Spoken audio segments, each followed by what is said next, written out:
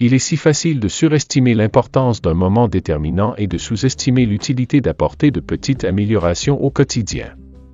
Trop souvent, nous nous persuadons qu'un grand succès exige des efforts considérables. Que ce soit pour perdre du poids, créer une entreprise, écrire un livre ou atteindre tout autre objectif. Nous nous mettons la pression pour réaliser des exploits dont tout le monde parlera. Bien entendu, une amélioration de 1% n'est pas particulièrement notable. Parfois, elle n'est même pas perceptible, mais elle peut exercer un impact considérable à long terme. Si vous pouvez vous améliorer de 1% chaque jour pendant un an, vous obtiendrez 37 fois plus à la fin. À l'inverse, si votre situation empire de 1% chaque jour pendant un an, vous tomberez presque à zéro. L'accumulation de petites victoires ou de défaites mineures aboutit à un tout beaucoup plus important. Les habitudes sont les intérêts composés de l'amélioration de soi. L'impact de vos habitudes est démultiplié lorsque vous les répétez. Même si la différence paraît infime d'un jour sur l'autre, l'influence qu'elle exerce au fil des mois et des années peut être énorme. Ce n'est que lorsque l'on regarde en arrière, au bout de 2, 5, voire 10 ans, que l'on se rend véritablement compte de la valeur des bonnes habitudes et du coût des mauvaises. Nous refusons souvent de procéder à de petits changements, car ils nous semblent futiles sur le moment. Mais, vous ne deviendrez pas instantanément millionnaire en économisant un peu d'argent sur un simple achat. Vous ne deviendrez pas un athlète après seulement 3 séances à la salle de sport. Le plus souvent nous commençons à appliquer quelques changements, mais nous trouvons que les résultats n'arrivent pas assez rapidement et nous ne tardons pas à reprendre nos bonnes vieilles habitudes. Mais lorsqu'on cumule des erreurs de 1%, jour après jour, en répétant des mauvaises décisions et en se justifiant par des piètres excuses, ils finissent tous par avoir un impact négatif sur vous. Un léger changement dans vos habitudes quotidiennes peut changer votre destinée. Faire un choix qui soit meilleur de 1% ou pire de 1% semble insignifiant sur le moment, mais, au fil des moments qui composent une vie, ces choix déterminent la différence entre la personne que vous êtes maintenant et la personne que vous pourriez être à l'avenir. Peu importe votre succès ou votre échec actuel, ce qui compte, c'est de savoir si vos habitudes vous mettent sur la voie du succès. Préoccupez-vous davantage du chemin que vous empruntez que des résultats que vous avez obtenus jusqu'ici.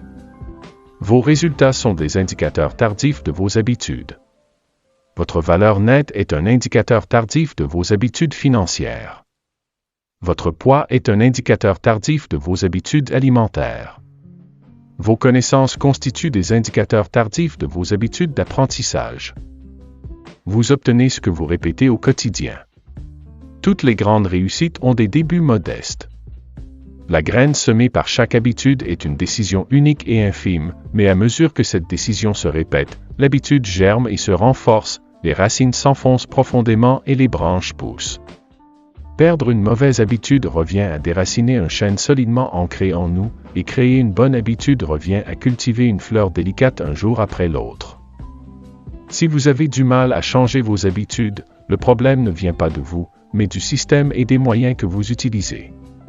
Les mauvaises habitudes se répètent encore et encore, non pas parce que vous ne voulez pas changer, mais parce que vous employez le mauvais système pour changer. Vous n'atteignez pas le niveau de vos objectifs, vous restez au niveau de vos moyens. Les objectifs sont les résultats que vous souhaitez atteindre, mais pour arriver à bout, il va falloir suivre tout un processus.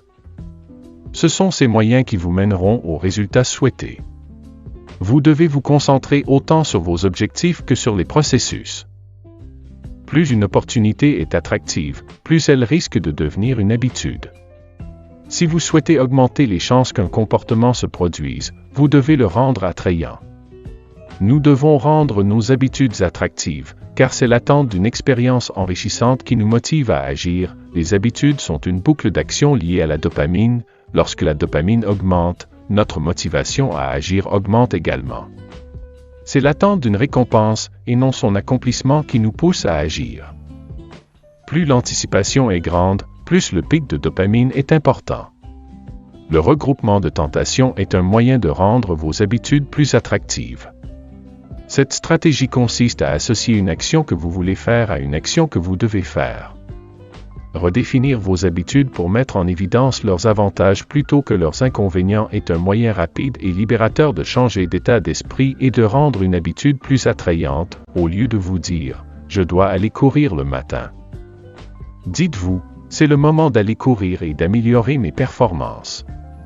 Ces petits changements d'état d'esprit ne sont pas magiques, mais ils peuvent aider à changer les sentiments que vous associez à une habitude ou à une situation particulière. La clé pour trouver et remédier aux causes de vos mauvaises habitudes est de redéfinir leurs associations. Ce n'est pas évident, mais si vous pouvez redéfinir vos prévisions, vous pouvez transformer une habitude fastidieuse en habitude attrayante. En outre, nous avons moins de risques de répéter une mauvaise habitude si elle est contraignante ou insatisfaisante.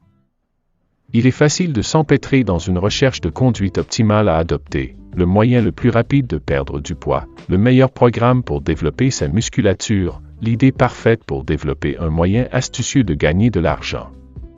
Nous sommes tellement concentrés sur la meilleure approche à adopter que nous n'agissons jamais.